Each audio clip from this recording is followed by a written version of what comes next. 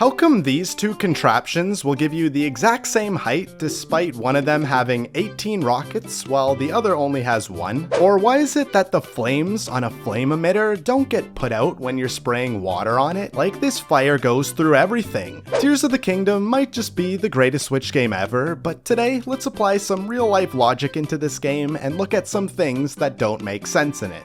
How come with this electric emitter over here, you can stand right next to it holding a metal weapon and visually see an electric current going on it, yet you don't get electrocuted? But if you drop your sword in the same spot and even go near it, then you get electrocuted. How are some of these items so strong when you fuse them together? Like, I can just attach a bunch of eggs to one another and then attach a heavy box onto the egg chain and it'll hold up the box. Like, what kind of secret egg power is this now? How are you supposed to crack one of these eggs open if they're this strong? When you activate a fan on the ground, it stays in place. But why is it that as soon as you lift it up, only then it moves back from the power of the fan? And don't tell me it's the friction of the ground, because the fan could be on ice even and it still doesn't move. How are there these massive lakes in the Sky Islands that are constantly spilling their water source over the edge? Not even a small leak or something, but multiple waterfalls draining gallons of water, yet somehow the lakes don't dry up. Do they have a secret infinite water supply? How come Link can't take these veggies in Hateno Village? Since when you try to, this text bubble suddenly appears saying how the farmers made them with great care. Like, what is this? Link suddenly has a conscience or something now? As if he doesn't take random items and break stuff throughout the rest of the game, but veggies, no, that's where he draws the line. How can Link survive any fall from any height as long as he's just climbing on another object? Yeah, I got nothing for this one. Look at this insanity, falling all the way from the Sky Islands without a scratch. What are the trees made of in this game? Like, you can create a whole forest fire, but the only thing that won't burn are the trees. Unless, that is, if you cut the trees into sticks, only then they'll burn. But the tree enemy, his weakness is fire, and he can burn until, that is, you kill him. Then his dead body can't be burned, unless, that is, you chop it up into sticks again. Now someone explain that one to me. How are horses like the most sturdy object in this entire game? You can attach a literal jet engine rocket ship to the back of him and the horse doesn't move at all. He doesn't flinch even, he's so calm in fact, like he has to deal with this all the time. How come when you're shield surfing with a fan Zonai device, you don't get any more height or elevation at all? But if you use one fan and attach a control panel to it, now you can gain elevation. How is Link able to always go back to the land that he started from after he drowned? It's already kinda odd how he survives drowning in the first place, but fine, maybe he drifts back ashore. But what I'm not having is how he can jump off the Sky Islands, land directly in a lake, drown in it, and wake up right back in the Sky Islands. Link has a pretty incredible ability to store all these items in his bag, sure, but did you ever realize how fast he can put those items in his bag? Just look at him take all these Zonai devices and stuff them in there in less than a second. That's incredible. He's like the most efficient factory conveyor belt worker I've ever seen. Imagine him working in one of those places. What are the NPCs made of in this game? I can shoot a whole flamethrower at them and they only seem mildly annoyed at the fact.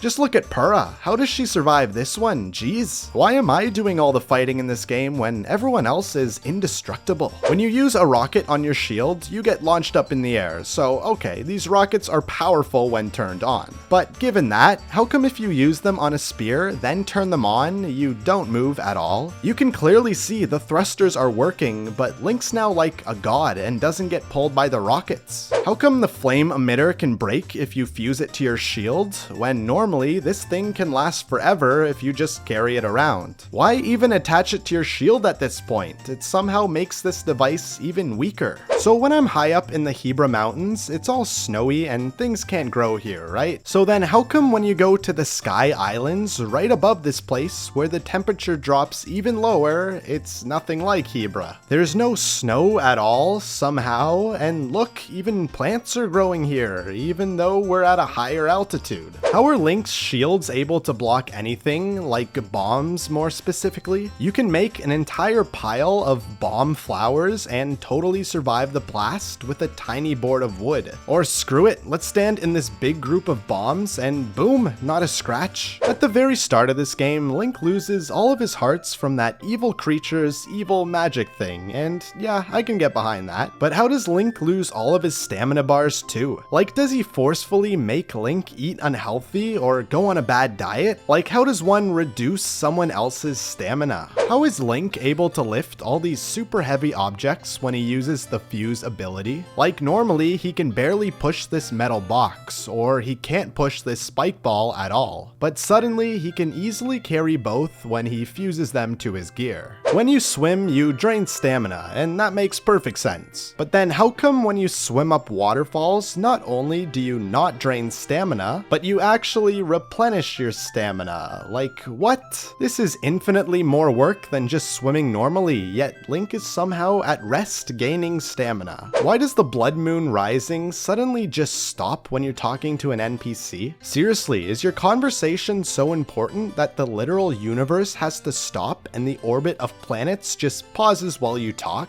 How come you don't get burned by a Zonai cooking pot, but you do with a normal one? And don't give me it's some Zonai magic or something, because look, there's clearly blue flames under it, and this food still requires heat to make. Why does this shop increase their prices to thousands of dollars for the clothes? I get it, your grandma is sick or whatever, but this is terrible business. You'll get no sales now because everyone is just gonna shop somewhere else instead of paying these ludicrous prices. When you hit a solid object, you actually freeze for a sec when you hit it. So when you stand between these 4 solid pumpkins, how come you move at like 4 frames per second now? Well, I guess it's cause you keep hitting these objects which stop you for a bit, so it kinda does make sense, but I just found this amusing and wanted to show you. Look at Link right now, just soaring straight down through the sky. Like an absolute bullet, he is generating all this speed, but suddenly, nope, just like that, he pulls out this tiny little glider and can stop all that momentum and speed instantly without getting hurt. If you put meat next to a fire, it cooks it. But how come if you put frozen meat next to a fire, it disintegrates the thing? I get cooking frozen food isn't ideal, but it shouldn't dissolve like that.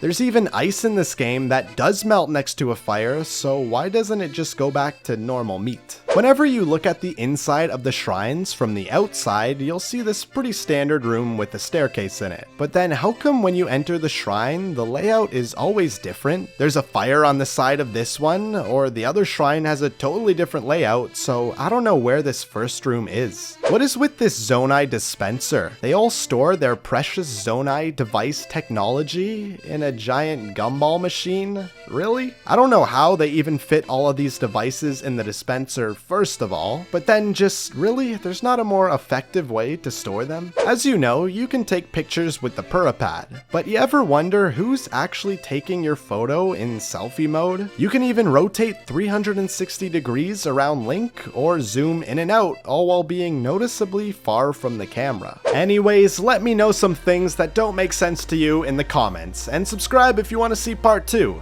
See ya!